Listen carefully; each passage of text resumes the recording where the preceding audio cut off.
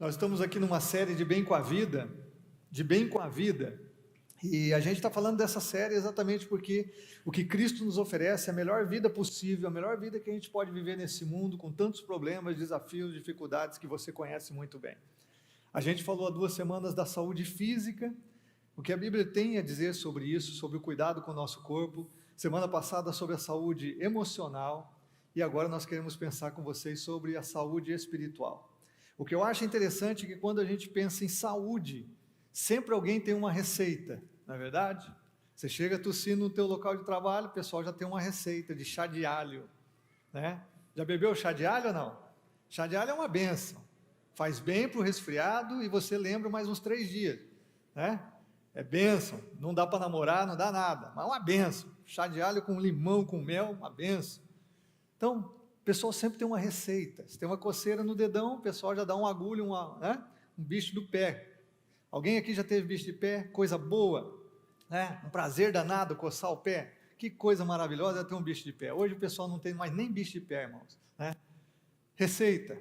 Quando eu já acho que eu compartilhei isso aqui, eu não me lembro, porque eu estou ficando meio idoso depois que eu passei dos 25 anos, mas é o seguinte, eu me lembro que eu partilhei, minha mãe era dona de receita o tempo todo. Se você chegasse para ela, ela tinha uma receita, ela tem até hoje algumas boas receitas, né? Que ela está viva, graças a Deus. Mas eu me lembro que um momento em que meu pai estava sofrendo muito de asma, de bronquite, ela arrumou umas receitas muito boas. Eu não esqueço 3 tipos de chá que ela deu para o meu pai sarar da asma. O primeiro tipo de chá foi o chá de umbigo. Ela pegou o umbigo da minha irmã, que estava guardado desde o nascimento, fez um chá e deu para o meu pai tomar, porque disse que isso era bom para curar a asma. Segundo chá que minha mãe deu para o meu pai, chá de minhoca. Minha mãe pediu que a gente fosse na hortinha que tinha no quintal, achasse umas boas minhocas, das maiores que a gente encontrasse, e ela fez um chá de minhoca para o meu pai tomar. Terceira receita da minha mãe, essa foi terrível. Ela descobriu que a parte branquinha da barata curava a asma. Aí minha mãe fez um chá da parte branquinha da barata e deu para o meu pai. 2 coisas extraordinárias. Primeiro é que meu pai tomou os 3 chás. Agora tinha um segredo por trás dessas receitas. O segredo era o seguinte: não podia contar o que a pessoa estava tomando. É claro que não podia contar, porque se contasse ninguém ia tomar, não é verdade? Então minha mãe nunca contava, só contava depois. Olha, você tomou, foi esse chá assim maravilhoso que eu preparei para curar. Eu não sei o que aconteceu, meus irmãos, é verdade. Não vou dizer isso. É que meu pai realmente foi curado de asma, mas foi Jesus que curou. Não foram esses chás. Depois de uns anos ele conheceu Jesus, né? Deus transformou a vida dele, da minha mãe, transformou a nossa casa. E realmente ele não tem asma, não tem por muitos anos, 20, 30 anos já, né? Então Deus realmente curou, mas Deus curou. Não foram essas receitas mirabolantes que as pessoas têm por aí. Quando a gente pensa em vida espiritual, não é diferente. Quando a gente pensa em saúde espiritual, muita gente tem receita mirabolante. Não, porque você tem que fazer quebra de maldição. Ah, porque você tem que então participar do corredor do sal grosso. Aí você tem que tomar banho com sabonete de arruda. Aí, maravilhoso a tua vida espiritual. Nossa, vai ser? Gente, se vocês ficaram horrorizados, olha aqui, por favor, na minha direção, você que está assistindo em casa. Se você ficou horrorizado com os chás que a minha mãe deu para o meu pai há muitos anos atrás, o que você faz quando você ouve esse tipo de promessa em tantas igrejas que se dizem cristãs, pastores falando barbaridades?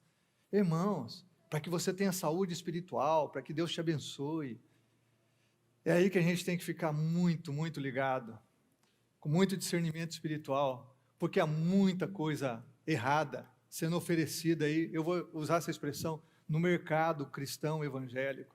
Há muita coisa errada, irmãos, há muita coisa que não funciona.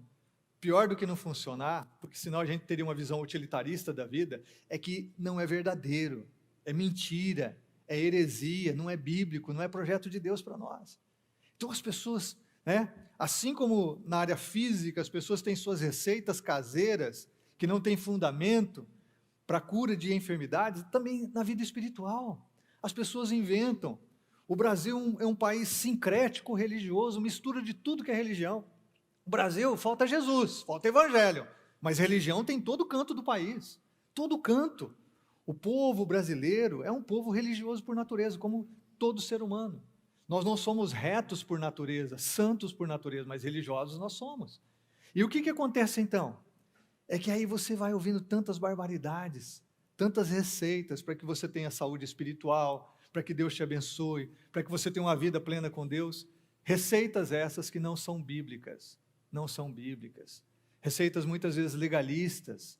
Você tem que guardar dias, você tem que guardar uma dieta alimentar, coisas do tipo que não estão na Bíblia, que não estão no Novo Testamento bíblico a partir da obra de Cristo na cruz do Calvário.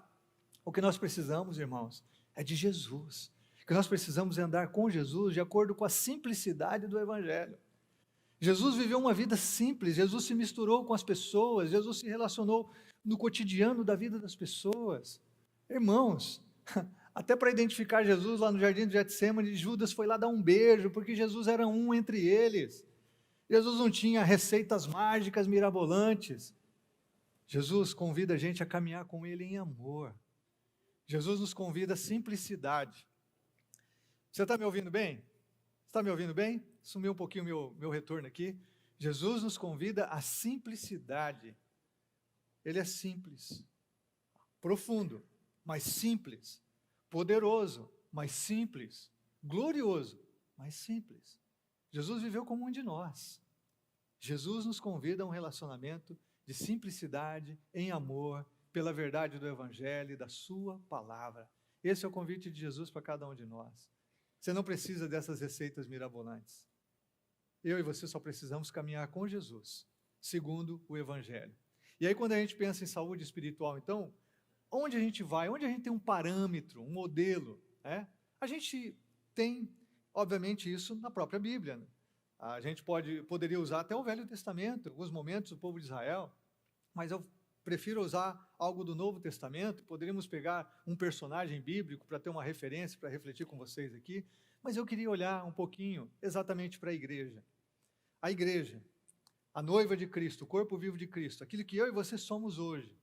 A igreja, lá no início. Por que a igreja? Porque a igreja se mostrou muito saudável, com muito vigor espiritual, no livro de Atos. E aquela igreja era saudável porque os cristãos eram saudáveis. Ou seja, uma igreja só é saudável se aqueles que a compõem são saudáveis espiritualmente. E esse aqui é o nosso desafio como comunidade da fé, como igreja, sermos saudáveis individualmente, como filhos e filhas de Deus, de tal forma que sejamos também uma igreja saudável. Então eu queria convidar você a abrir a sua Bíblia no livro de Atos, capítulo 2, e eu quero ler um pequeno trecho com você. Atos capítulo 2, nós vamos ler ali dos versos 41 a 47, e eu quero dar um contexto do livro de Atos para você que talvez nunca leu esse livro. O livro de Atos é o 5º livro do Novo Testamento, ele foi escrito por Lucas, um médico, que também escreveu o Evangelho de Lucas. E algo interessante no livro de Atos é que você vai ver que a igreja que é formada, que nasce ali no dia de Pentecostes, que ela se estende sempre em missão. Ou seja, a igreja está sempre em missão. Refletimos 2 meses aqui sobre esse tema. A igreja está em missão, a igreja está em movimento, sempre, desde o seu início. Primeiro sermão de Pedro, em Atos capítulo 2, nós vamos ver que 3.000 pessoas se convertem. A igreja já nasce e já cresce e já se estabelece e já vai alcançando vidas, e é assim que você vai ver em todo o livro de Atos.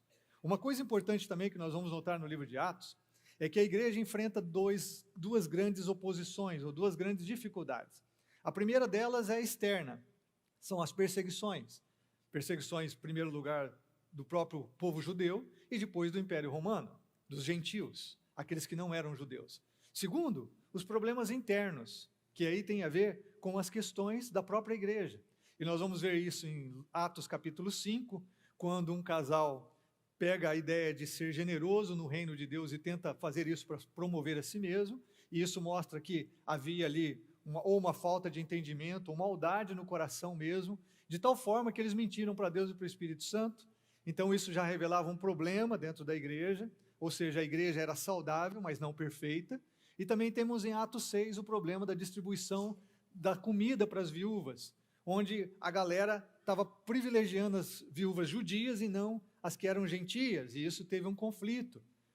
Nas duas situações que mostram que uma igreja saudável não é perfeita, a igreja saiu muito bem. Eles se organizaram, eles enfrentaram os problemas, Deus se manifestou, e isso acontece de tal forma que, assim que o problema é enfrentado, a igreja novamente retoma a sua missão, novamente vai adiante. Também na perseguição. O livro de Atos, você vai ver alguns trechos em que Lucas ele faz um resumo daquele período da igreja, daquele momento da igreja. Então ele começa a descrever um certo resumo depois de alguma ocasião, para mostrar, olha, a igreja continua triunfante, a igreja continua vitoriosa e a igreja continua em missão, fazendo o que ela deve fazer, vivendo o que ela deve viver. É esse trecho que a gente vai ler agora no capítulo 2. Desculpa. Nós temos um trecho semelhante no capítulo 4 e em outros pontos do livro de Atos, onde Lucas ele traz um tipo de resumo do que está acontecendo na vida da igreja.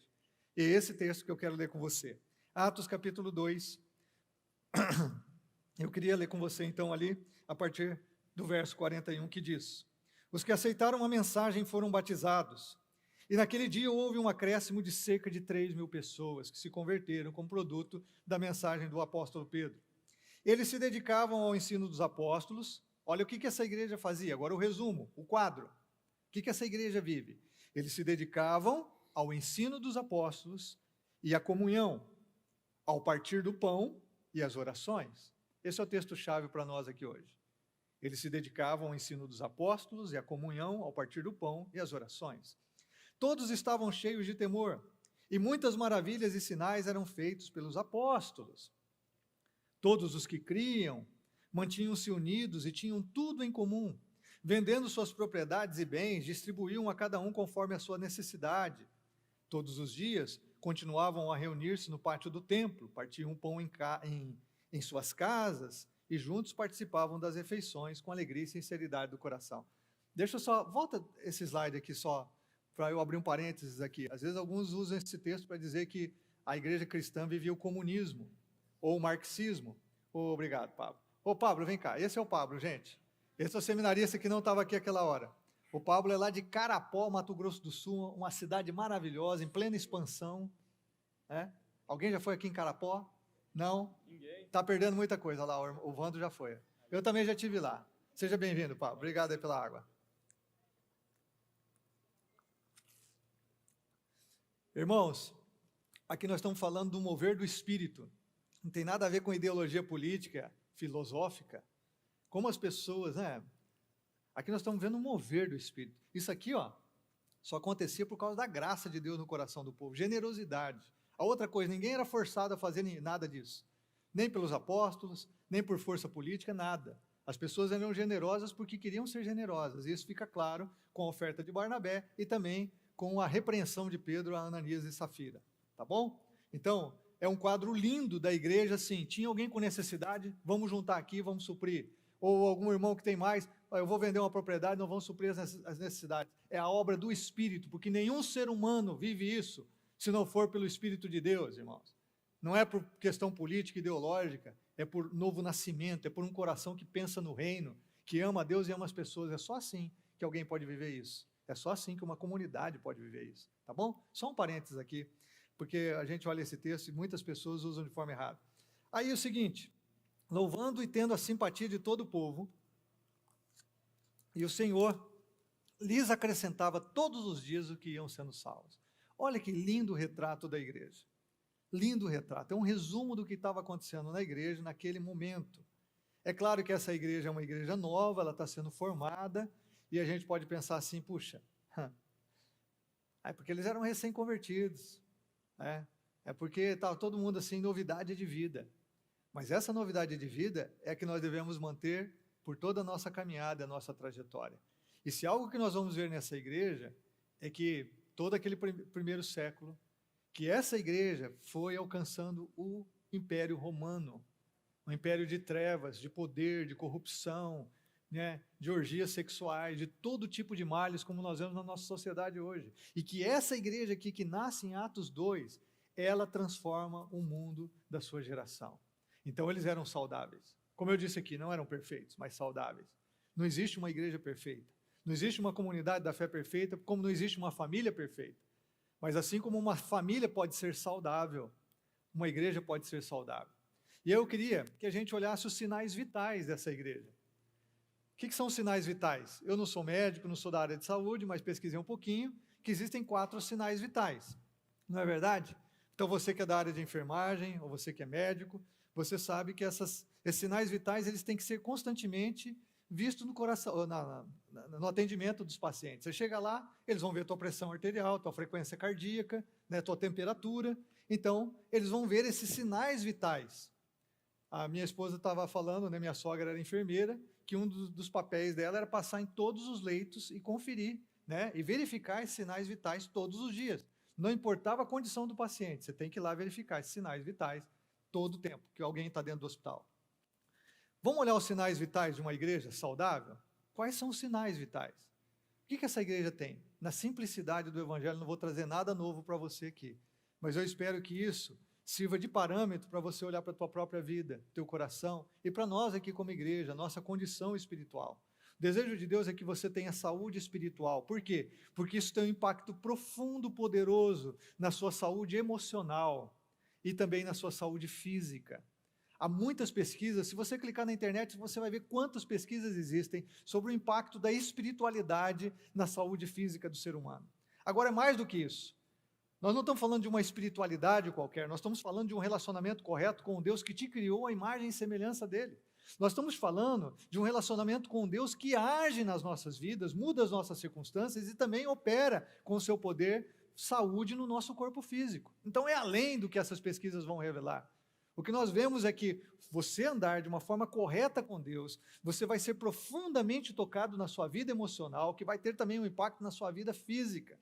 Alguém que está bem espiritualmente está vencendo o pecado. E o pecado vai trazer muitas dores emocionais a você e a mim, e também muitas doenças físicas, porque nós somatizamos as coisas e o nosso corpo vai dar sinais. Muitas, não todas, mas muitas doenças são produto de ação espiritual. Também muitas doenças são produto do pecado. Do pecado. Como não temos uma vida correta com Deus, não temos paz. Aí você já pode imaginar quantas doenças são oriundas da falta de paz na alma. Quantas doenças são oriundas da culpa que as pessoas carregam. Quantas pessoas têm enfermidades produto das mágoas e ressentimentos que trazem no coração. Você tem a ideia de quantas pessoas têm enfermidades físicas por conta da ansiedade extrema que toma a sua alma. Ou seja, se nós não temos um relacionamento correto com Deus, nós vamos estar sujeitos às nossas dores emocionais e vamos somatizar muito disso no nosso corpo físico, vamos sofrer na nossa saúde física também. A Bíblia fala do Shalom de Deus. Nós somos aqui a comunidade Shalom. Shalom representa essa palavra que não é só paz, mas é plena harmonia. Ela é uma satisfação profunda na alma. Ela vem de um relacionamento correto com Deus. Então, a vida espiritual, a salvação promove a Shalom de Deus no seu coração, que transforma todos os aspectos da sua vida. No Novo Testamento, nós temos a palavra soteria no grego, que significa salvação, libertação. E essa palavra é muito interessante, porque Jesus usa, dizendo, a tua fé te salvou. E ela também tem uma conotação de cura. Então, nós vemos, por exemplo, no Evangelho de Lucas, eu acho interessante isso, eu quero até mencionar aqui para você, em Lucas, Jesus usa 4 vezes essa expressão, a tua fé te salvou, usando essa palavra soteria. E é interessante que, tanto em Lucas 8:48, nós vemos cura. Jesus, ele estava curando aqui a mulher que tinha fluxo de sangue, hemorragia. E Jesus disse para ela, filha, tua fé te salvou, tua fé te curou. Jesus falou também para aquele leproso, entre os 10 leprosos que foram curados e que voltou para adorar Jesus, Jesus falou, tua fé te salvou. Jesus falou para o cego Bartimeu, lá em Lucas 18, a tua fé te salvou. Não é verdade? Usando essa palavra. A mesma palavra Jesus usou para a mulher prostituta, mulher pecadora, que estava no jantar na casa do fariseu, em que ela muito amou Jesus, e Jesus diz assim, quem muito ama, quem muito é perdoado, muito ama. E ele olha para ela e diz, filha, tua fé te salvou. Ou seja, a dimensão da soteriologia, ou da salvação que vem a nós através de Cristo, ela é plena. O ser humano não pode ser compartimentalizado, individualizado em áreas, nós somos um único ser, uma única vida, um único ser humano diante de Deus. A gente não gosta muito dessa palavra holística, mas o ser humano é holístico, o evangelho é holístico, ou seja, pleno, tudo, envolve todo o teu ser, e tem um impacto na sua saúde física, na sua saúde emocional, e obviamente a sua saúde espiritual, seu relacionamento pessoal com Deus. Então, quando nós olhamos aqui para esse texto, nós vemos alguns sinais vitais dessa igreja, sinais vitais da vida de um cristão saudável, e eu quero lembrar você coisas muito simples aqui. Qual é o primeiro sinal? A palavra. Esse é o primeiro sinal vital aqui. Quando a gente fala de sinal vital na questão da medicina, né, que a gente vê aqui que é a frequência respiratória, a frequência cardíaca, a pressão arterial e temperatura, coisas simples. Mas é aquilo que torna possível a vida humana continuar viva, ou seja, possível a vida humana, que torna possível alguém estar vivo. São esses sinais vitais. Da mesma forma, o que faz um cristão ser vivo, irmãos? Uma igreja ser viva? A palavra.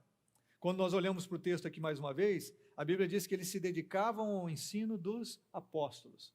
E essa expressão aqui, se dedicavam, é que eles tinham ânsia, desejo de crescer, era algo que eles amavam fazer. Aliás, uma das marcas de alguém que recebeu Jesus no coração é exatamente que você passa a ter sede e fome da palavra, você quer conhecer mais de Deus através da Escritura Sagrada, você tem desejo de conhecer. Quantas pessoas, é lindo você ver um novo convertido na igreja, porque ele está com a Bíblia, ele está perguntando, ele está pesquisando, ele está buscando entender melhor a sua fé, conhecer melhor o Deus que o salvou nas Escrituras Sagradas, isso é lindo.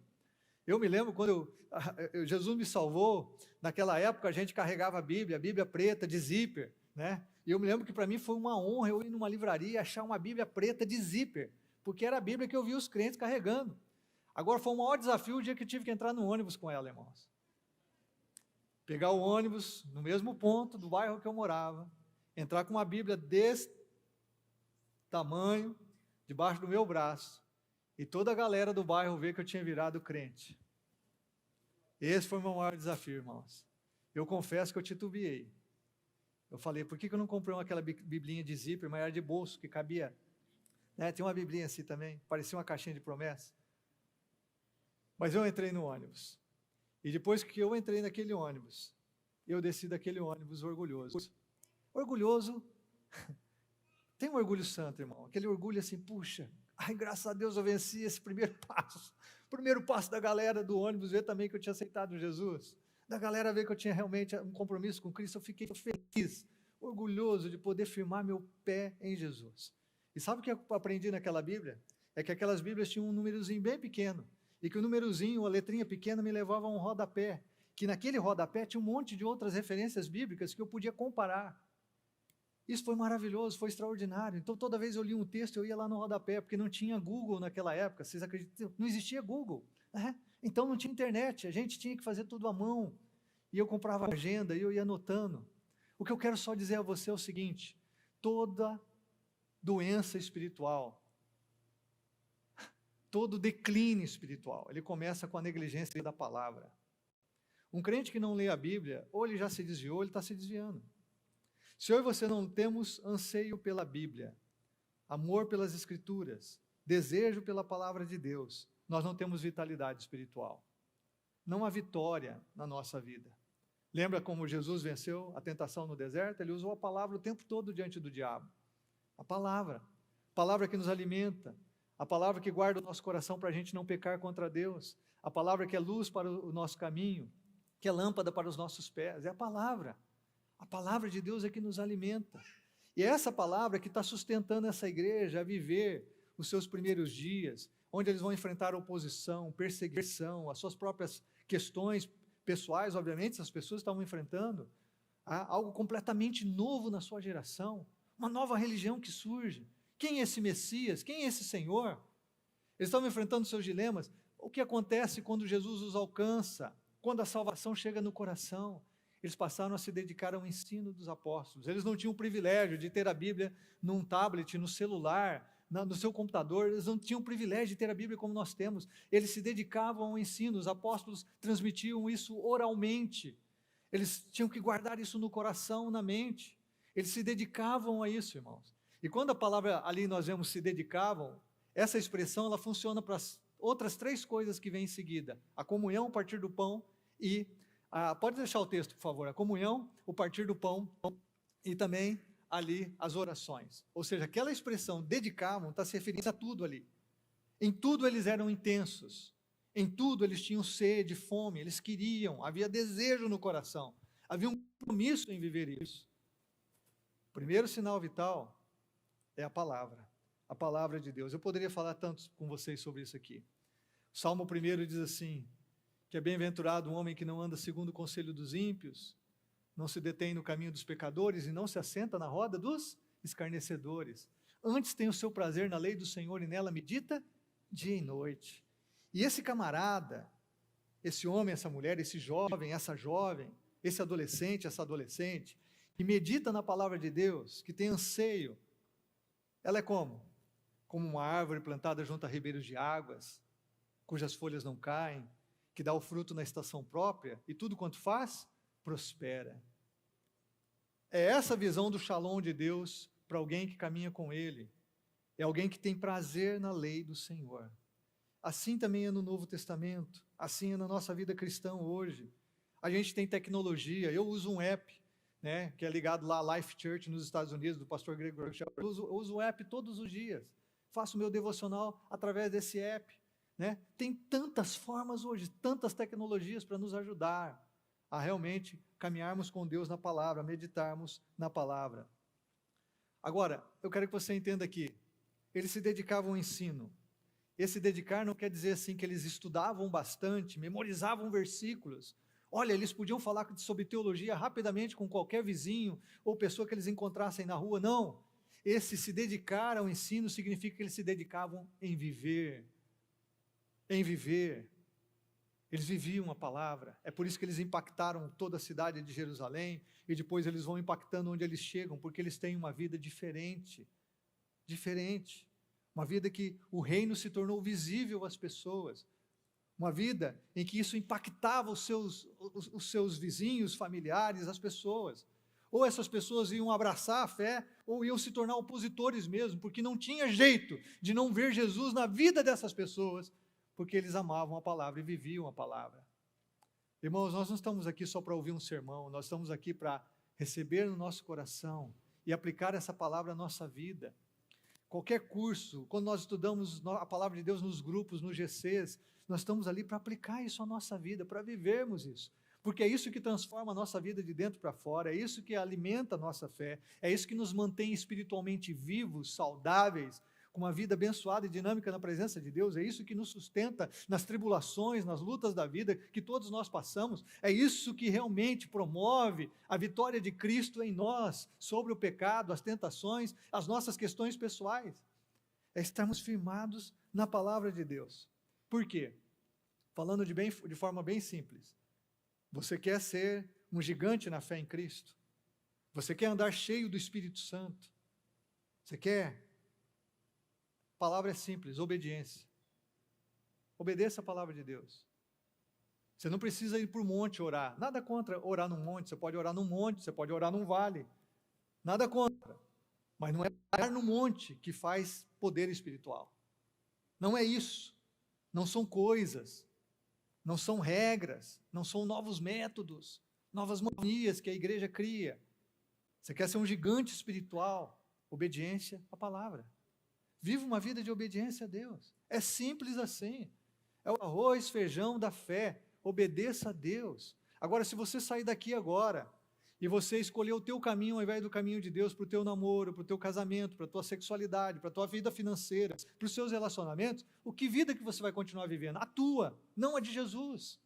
Agora, se você sair daqui realmente com o coração quebrantado, diante de Deus e dizendo, Senhor, me ajuda a viver a tua palavra, eu quero ser um novo homem, uma nova mulher, um novo jovem, uma nova jovem, me ajuda, Senhor, vive em mim, eu quero ser de fome da tua palavra, inclina o meu coração à tua palavra, inclina a obediência, você vai viver dias gloriosos de intimidade com Deus, a boa mão de Deus vai estar sobre a tua vida, o Espírito Santo tendo acesso ao teu coração pleno, porque é a obediência à palavra de Deus. Esse é um sinal básico, irmãos. Esse é um sinal básico, sinal vital. A gente fala de palavra como uma disciplina espiritual. E algo interessante aqui, irmãos, é que Disciplinas espirituais, para serem espirituais, devem nos levar a amar. A disciplina espiritual sempre nos leva a se tornar semelhante a Jesus. Se você lê a Bíblia todo dia, mas não se tornou alguém mais apaixonado por Jesus e pelas pessoas, talvez você só esteja tendo disciplina, mas não disciplina espiritual. Porque a disciplina espiritual deve tornar o nosso coração um coração amoroso. A disciplina espiritual sempre vai me levar para fora, para o outro. Não é uma disciplina que vai me gerar um cristão orgulhoso, cheio de si mesmo, porque ele é disciplinado, ele é esforçado, e ele lê a Bíblia todo dia, ora todo dia. Não! A disciplina espiritual, ou meio da graça, num outro termo que a gente usa, porque são meios de alcançarmos, de desfrutarmos, na verdade, da graça de Deus. Esse meio tem que levar a gente a amar. Se a gente frequenta culto há anos, mas a gente não ama Deus e as pessoas, irmão, não vale nada. Se você está aqui numa igreja hoje, há anos, continua amargurado, murmurador, reclamão, ranzinza, azedo, continua sem perdoar pessoas, isso não vale nada.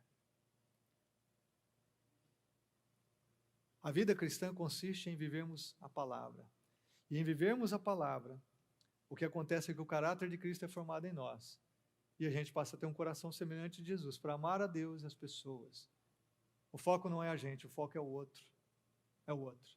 Segundo sinal vital que a gente vê aí é comunhão. A comunhão. Porque a Bíblia diz claramente aqui nesse texto que eles se dedicavam ao ensino dos apóstolos e à comunhão. E a palavra aqui grega é koinonia, muitos de vocês conhecem. Koinonia é compartilhar o comum, e é por isso que eles também estavam compartilhando os seus bens, compartilhando o seu alimento, eles estavam compartilhando de si mesmos, a graça que eles recebiam de Deus, eles estavam compartilhando com a galera. Isso teve um impacto profundo na cidade, na sociedade que eles estavam inseridos, irmãos. Comunhão. Eles tinham palavra e eles tinham comunhão. Porque, como eu disse aqui, a vida espiritual sadia vai te levar ao outro, vai te levar a viver para abençoar gente que Deus ama, que o que Ele mais ama nesse mundo são as pessoas que Ele criou. Então, a comunhão vai nos levar para o outro, a esse dar e receber, a esse compartilhar. E isso é um sinal vital. Por que eu estou falando sobre isso? Porque nós estamos aqui para ver a nossa própria saúde espiritual, que às vezes a gente se engana, a gente faz como a gente vai no médico, aí o médico pergunta, você está bom? Ah, estou bem, deixa eu ver todos os exames aqui, rapaz, colesterol alto, triglicéridos,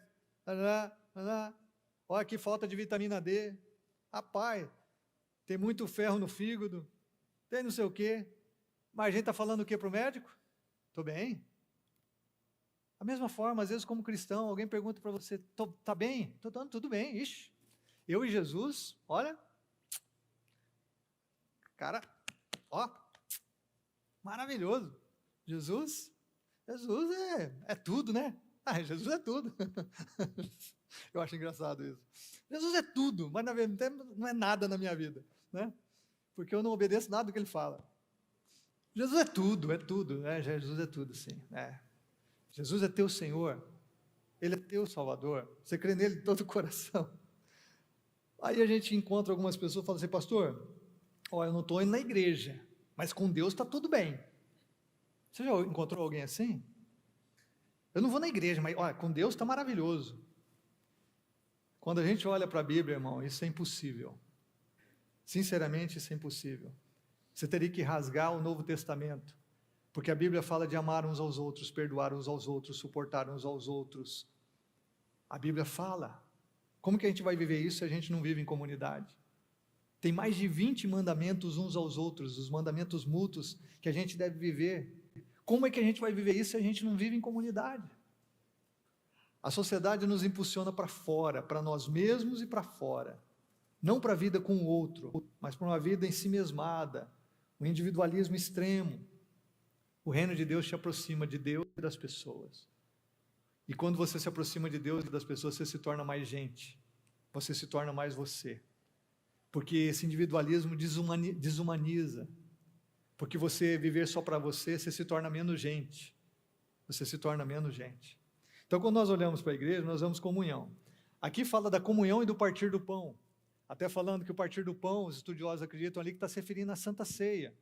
Mas ela também acontecia no dia a dia nas casas, como nós vemos nesse texto. O que é interessante aqui é que um sinal vital da vida espiritual é se eu tenho comunhão. Eu tenho a oportunidade de dar e receber. Tem gente que só quer receber. Não, é dar e receber. É compartilhar minha vida, é compartilhar meu tempo, é compartilhar as orações, é chorar com os que choram, é se alegrar com os que se alegram, irmãos. Isso é comunhão. É a gente ser gente com outra gente. E o que torna essa comunhão possível, como diz o Bonhoeffer, o Dietrich Bonhoeffer, é Cristo. É só Cristo que nos permite viver essa comunhão. Ele é o elo. É por isso que o partir do pão entra aqui na comunhão, porque a ceia é um símbolo indiscutível de que nós partilhamos da mesma salvação, temos o mesmo Pai Celestial, somos salvos pelo mesmo sangue de Cristo, comemos do mesmo pão, temos a mesma fé. A Santa Ceia é uma expressão da unidade da igreja e dessa comunhão. Se eu e você queremos ter vitalidade espiritual, comunhão faz parte. É relacionamento. É por isso que nós somos uma igreja em grupos de crescimento para nos relacionar. Eu não combinei nada aqui com o Juliano e a Fabiano, mas eu vou pedir aqui, Juliano e Fabiano, só para dar um testemunho aqui dessa semana, que eu compartilhei com os grupos, né? Juliano e a Fabiano estão vivendo dias muito difíceis, irmãos, como eles nunca viveram na vida deles. E vocês podem imaginar isso. Vocês podem imaginar o que é perder um filho de 11 anos. Agora, eu fiquei muito feliz que eles foram no grupo, eu não esperava que eles fossem no grupo essa semana. Uma semana após.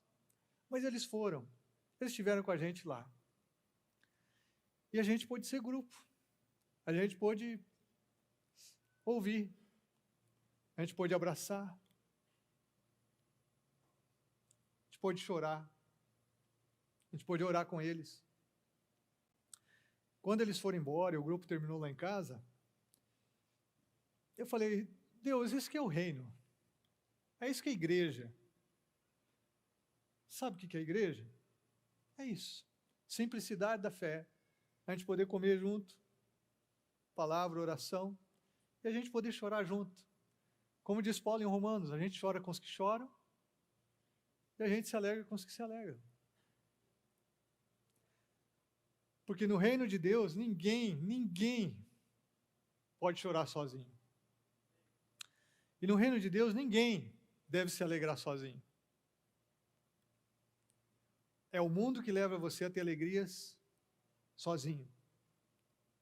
Aí vem a pornografia, aí vem o sexo virtual, aí vem a masturbação, aí vem todo tipo de coisa que o mundo cria para que o ser humano viva sem depender do outro, sem necessitar do outro. É isso que o mundo quer que você viva. Você tenha dinheiro suficiente para não precisar de ninguém, que você tenha todas as coisas, que você não precise de mais ninguém. Mas isso é uma falácia, é uma mentira, é uma ilusão. Nesse mundo sempre vamos precisar das pessoas, e as pessoas vão precisar da gente. O que o reino de Deus resgata é uma expressão da Trindade, o Pai, Filho e Espírito Santo, o Deus que vive em família, o Deus que vive em comunhão. E quando nós estamos aqui, tendo vida espiritual em Cristo, isso se torna uma realidade na nossa vida. A gente passa não só a pensar na gente, a gente passa também a pensar no outro. E isso não é na nossa força, não é mérito nenhum, é a graça de Deus agindo em nós. Isso mostra a nossa vitalidade espiritual, nossa saúde espiritual, a comunhão. A gente fala sobre isso muitas e muitas vezes aqui na igreja, porque uma das marcas da nossa igreja é que nós somos uma igreja relacional. Nós temos alguns eventos, sim, irmãos, porque vai ser a grande celebração, vai ser uma festa. Mas o dia a dia da nossa vida é o relacionamento. São os grupos, são os amigos, para possibilitar que no meio da correria da vida nós tenhamos um mínimo dessa vida de comunidade, onde cada pessoa tem um nome, tem um rosto, tem uma história, onde cada pessoa pode orar e ser abençoada, receber oração, alguém pode encontrar alguém para chorar, para conversar, para falar. E é tão excepcional a gente viver isso. O grupo é igual uma família, irmão. Tem dia que dá certo, tem dia que não dá, não tem problema. Né? Tem dia em casa que o almoço de domingo sai uma maravilha, tem dia que não dá nada certo. É assim, o grupo é assim. Tem dia em casa que no almoço a conversa flui maravilhosamente bem e Deus parece que desceu ali, né? Estava sentado com a gente na mesa. Tem dia no grupo, irmãos, que os assuntos meio que atravessam, a coisa não funciona muito bem, mas isso é grupo, isso é relacionamento, isso é família. A gente pode viver uma vida espiritual extraordinária na simplicidade da fé. Palavra, comunhão. Terceira coisa que o texto fala aqui, oração. Oração. Todo declínio espiritual começa com a negligência da palavra e da oração. Eu vou repetir isso, todo declínio espiritual, eu já falei da palavra, mas palavra e oração. Se um crente não ora e não lê a Bíblia, ele já se desviou, está se desviando, ou ele não sabe. Porque se eu não tenho uma vida de oração, uma vida de palavra, que são meios da graça, meios de eu estar conectado com Jesus, para ter comunhão com Ele, para andar com Ele. Eu não estou falando de você fazer teologia necessariamente no nosso seminário, eu não estou falando necessariamente de você ser um profundo conhecedor das Escrituras, mas de você ter comunhão com Jesus na palavra e na oração. É normal nos grupos, nas turmas, as pessoas chegam, pastor, eu não sei orar, eu não sei falar bonito. Irmão, não precisa falar bonito, não precisa. Eu gosto muito de uma definição de oração. Oração é a expressão natural dos nossos sentimentos para com Deus. Expressão natural. Jesus quer o teu coração, é ouvir o batimento do teu coração. Jesus quer se conectar com a tua alma. Jesus quer você. Então não precisam palavras bonitas, extravagantes, não precisa do evangeliquez, não precisa, só do teu coração. Às vezes você vai balbuciar palavras, às vezes você só vai chorar, mas não importa. É se você está orando na presença de Deus, teu coração está conectado com Ele. É oração. O texto segue dizendo, irmãos, que eles estavam dedicados ao ensino dos apóstolos, à comunhão, ao partir do pão e às orações, e em cada alma havia temor. E eu quero terminar com o temor. Temor é respeito, é reverência, temor de Deus. A Bíblia diz que temor nos afasta do mal. A Bíblia diz que o temor, ela promove vida dentro do nosso coração. Temor é esse respeito por Deus. Eu admiro tanto Deus que eu não quero entristecê-lo. Eu me deslumbro tanto da grandeza de Deus, eu sou tão maravilhado com quem Ele é, com o seu amor por mim, que eu não quero entristecê-lo, eu não quero feri-lo, eu quero honrá-lo, eu quero servi-lo, eu quero amá-lo de todo o meu coração. Isso é temor. É por isso que o temor nos afasta do mal, porque quem tem temor de Deus no coração vai odiar o mal, vai odiar aquilo que é injusto, aquilo que é impuro. O temor, quanto mais cheios do temor de Deus no nosso coração, mais prazer em viver a sua vontade e mais repugnância, aversão a viver longe de Deus, viver no pecado, viver aquilo que Deus não tem para mim. Quando a gente olha para essa igreja, a gente vê essas marcas que redundam em outras coisas. Mas eu quero terminar aqui, porque eu quero orar cantando, eu quero cantar com você uma canção aqui que me abençoou muito nos últimos dias, pensando na vida espiritual. Mas eu queria dizer, volta ao slide anterior ali, quando eu falo de 3 coisas, se você quer ter uma vida espiritual, não busque perfeição, irmão. Às vezes a gente quer ser perfeito. Então, eu vou ler a Bíblia toda num ano. Não começa assim. Eu vou começar lá em Gênesis, aí o cara começa em Gênesis, quando começa ali em Êxodo, ele já parou de ler a Bíblia no ano, porque ele não aguenta mais. Não é isso. Eu quero deixar só esse passo aqui, seja consistente, não busque perfeição, nada na tua vida, porque nós não somos perfeitos. Então não busque perfeição, busque consistência. Isso aqui eu fui muito abençoado por uma palavra do pastor Greg Groeschel. Ele fala, busca consistência, não perfeição. Você busca perfeição quando você falha, você se sente fracassado. Agora, se você é consistente, você sabe que um dia ou outro você vai falhar. Então, dicas práticas aqui para o teu devocional, palavra, oração, comunhão no GC, no culto. Primeiro, mantenha simples. A vida cristã é simples. É por isso que aqui na igreja nós não temos culto durante a semana ainda. Tá certo? Não temos por quê? Porque nós não vamos complicar as coisas. Você tem um culto no domingo, você tem um grupo durante a semana, simples. Mantenha simples. Uma vez na semana. Simples. Mantenha seu devocional simples. Eu vou ler um capítulo da Bíblia por dia. Simples. Começa pelo Evangelho de Mateus, leia o Novo Testamento. Aí você vai até Apocalipse. Um dia por vez, um capítulo, você não gasta 5 minutos para ler um capítulo. Mantenha simples. Se você se comprometer com algo simples, você vai fazer. Mas se você quiser um plano mirabolante, complexo, você vai falhar e depois vai fracassar, porque você vai achar que não dá conta de ler a Bíblia mesmo, porque ninguém entende esse negócio. Que coisa difícil é ler essa Bíblia. Não, faça simples. Segundo, faça pequeno. Como eu disse, um capítulo, um parágrafo. Comprometa-se com Deus. Deus, eu vou orar 5 minutos por dia. Põe uma cadeira na tua frente, senta diante da cadeira vazia, Jesus está ali sentado diante de você. Fala com ele 5 minutos. 5 minutos por dia. Não precisa ser meia hora. Ah, mas se eu quero orar mais, ore mais. Mas se comprometa com poucos. Faça simples e faça o quê? Pequeno. Simples e pequeno. Se você ler a Bíblia 1 capítulo por dia e orar 5 minutos que seja, diante de conectando o seu coração com Ele, não é só para pedir coisas, mas conectando o seu coração, falando dos teus sentimentos, adorando Ele. Isso vai ser uma revolução na sua vida espiritual. Terceiro, não perca 2 dias. Calcule que você vai perder um. Um dia todo mundo perde. Pastor, tem dia que você não lê a Bíblia, eu também tem dia que eu não li a Bíblia. Tem dia que eu viajo. Tem dia que alguém ficou enfermo, ou eu fiquei doente, ou alguém precisa de mim. Tem dias que são confusos, perturbados, que saiu tudo do controle. Você vai falhar um dia ou outro. Então planeje falhar. Planeje falhar. Agora, nunca 2 dias. Você falhou um dia, volta no segundo. Porque 2 ou 3 viram um padrão. O que acontece com a gente cristão? A gente fala que vai ler a Bíblia, que a gente vai orar, que a gente vai consagrar o dízimo todo mês, e aí a gente pula um mês, aí no segundo a gente pula de novo, e aí perde o embalo de todas as coisas, aí não faz mais nada. Não.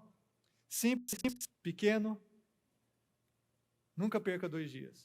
Aí eu faltei no GC um dia. Uma semana você pode até faltar. Aconteceu um imprevisto, nunca 2. Aí eu faltei um culto de domingo. Um domingo a gente entende. Foi aniversário do compadre do seu padrinho, aconteceu alguma coisa, tudo bem. 2 domingos não, vai virar padrão. Você vai acostumar e não vir à igreja. Mantenha simples, mantenha pequeno, nunca deixe 2 dias. Eu não vou passar 2 dias sem ler a Bíblia, eu não vou passar 2 dias sem orar, eu não vou passar 2 semanas sem ir no culto, nem 2 semanas sem ir no grupo. Eu vou manter minha conexão com Deus de forma simples e pequena. E quando você faz isso, você vai crescendo, e você vai ver que 5 minutos vai ser pouco. Você vai ver que só vir no grupo um dia vai ser pouco. Eu vou querer fazer uma outra disciplina, se você tem disponibilidade, você vai querer outras coisas de Deus. E é assim que a gente se aprofunda. Você vai vir no domingo não só para o culto, às vezes você vai vir para fazer um curso. E é assim que a vida acontece. Eu quero orar com você. Ah, Senhor, como é gloriosa a vida espiritual. Se você está aqui nesta manhã e você olha para a tua vida e diz assim, puxa, pastor, eu não tenho tido palavra, eu, na verdade, eu não tenho tido comunhão com as pessoas, eu não tenho me dado, eu não tenho me entregue, eu não tenho me rendido ao relacionamento com as pessoas, eu não tenho compartilhado de quem eu sou, dos meus dons, dos meus talentos, das minhas habilidades, das minhas finanças. Você não tem comunidade. Talvez você esteja aqui nessa manhã e não tenha oração. Não tem oração. Nós estamos aqui para pedir novo vigor de Deus, irmãos. Novo vigor espiritual. Senhor, faz isso na nossa vida. O que nós temos de mais precioso é o nosso relacionamento contigo. Senhor, cada pessoa que está aqui é tão amada pelo Senhor. Renova esse coração, visita esse coração. Senhor, se aproprie desse coração com a tua graça. Que esse coração se renda a ti nessa manhã. Que esse coração se quebrante na tua presença. Que tenha o privilégio de viver isso que só é possível como igreja, na alegria, na comunhão, no partir do pão, uma vida vitoriosa, uma vida exuberante, uma vida abençoada, uma vida que vive para os outros, e assim cada dia o Senhor vai acrescentando mais gente vai sendo salva, mais gente vai sendo transformada, mais famílias vão sendo abençoadas, mais adolescentes e jovens vão se rendendo a Ti. Senhor, é isso que nós queremos viver na nossa própria vida, a partir da nossa própria casa, e na nossa vida aqui como comunidade da fé, como igreja local, Senhor. Não quero mais nada mais, além do Senhor, e das expressões da Tua graça na minha vida, desse irmão, dessa irmã, dessa pessoa que está aqui, e da Tua igreja. Em teu nome.